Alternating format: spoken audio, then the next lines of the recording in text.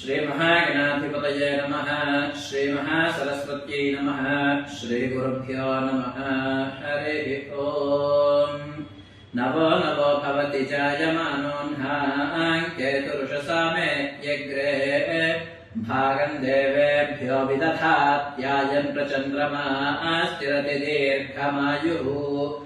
शतमानम् भवति शतायुः पुरुषः शतेन्द्रिय आयुष्येवेन्द्रिये प्रतिष्ठति। हरिः ओम्।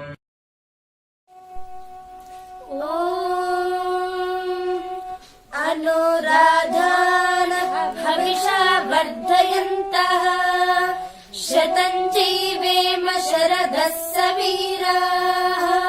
शतमानम् भवति शतायुः पुरुषः शतेन्द्रिय आयुष्येवेन्द्रिये प्रतिष्ठति।